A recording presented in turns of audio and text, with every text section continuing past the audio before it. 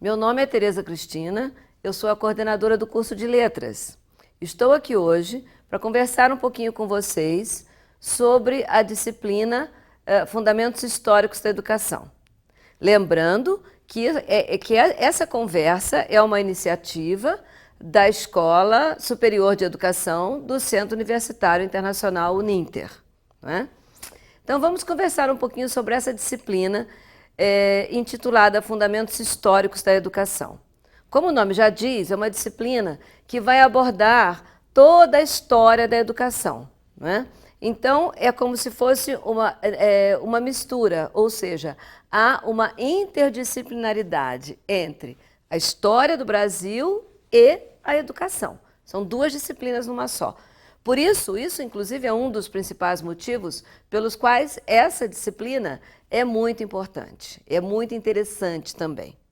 Então, veja, a questão selecionada diz assim: pode-se afirmar que o objetivo das reformas pombalinas de criar a escola útil aos fins do Estado passaria a ser concretizado, mas apenas no que diz respeito ao ensino superior. Isso é uma citação de Piletti, não é?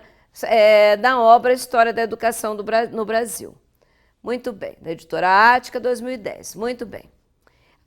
Esse é o nosso elemento base. A questão de verdade diz assim: sobre a reforma pombalina e a escolarização no Brasil, analise as afirmativas a seguir e, após, assinale a correta. Então, letra A. Houve o estabelecimento do ensino por meio das aulas régias. Muito bem. Letra B. Houve a catequização dos índios. Muito bem. Letra C. Houve a criação da Companhia de Jesus. Letra D. Os estudos eram baseados no ratio studior, que é um termo em latim, não é? Que significa a razão dos estudos, não é? E havia culto à Igreja Católica e humanista. Então, nós temos aí 5 alternativas que vão completar aquela questão mencionada. Então, voltando lá nos slides, vamos analisar todas as alternativas e resolver qual é a alternativa correta. Primeiro, vamos começar de baixo para cima. Havia culto à Igreja Católica e humanística.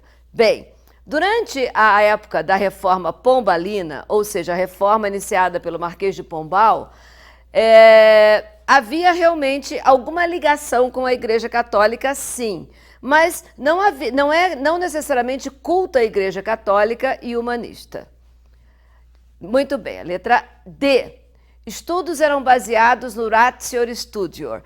Esse ratio studior, que é uma expressão latina, como eu já falei, ela faz parte da educação da época dos jesuítas e não da época da Reforma Pombalina. Houve a criação da Companhia de Jesus. Mais uma vez, evidentemente que a Companhia de Jesus foi da época dos jesuítas e não da Reforma Pombalina. Houve a catequização dos índios? Não, a catequização já havia acontecido desde a época anterior dos jesuítas. Houve o estabelecimento do ensino por meio das aulas régias. Então vamos ver o que significa isso. Vejam, na época da Reforma Pombalina, houve realmente essa oferta, digamos assim, de aulas régias, que se intitulavam aulas régias. Régia vem do latim rei, porque os professores eram nomeados pelo rei de Portugal.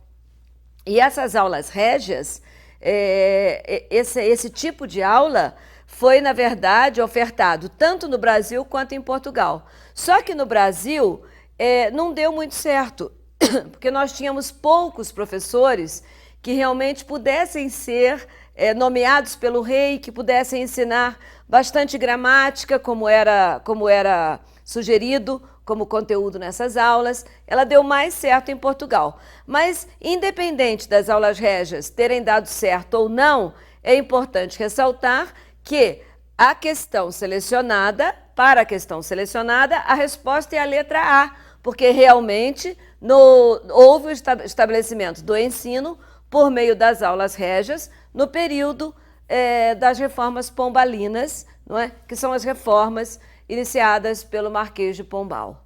Então, a resposta dessa questão é letra A.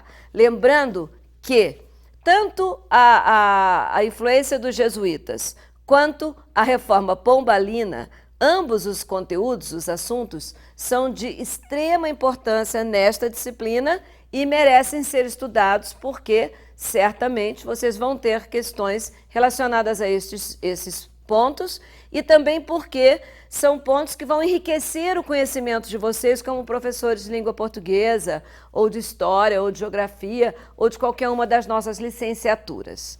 Então, a resposta é letra A. Muito obrigada pela atenção e até a próxima, se Deus quiser.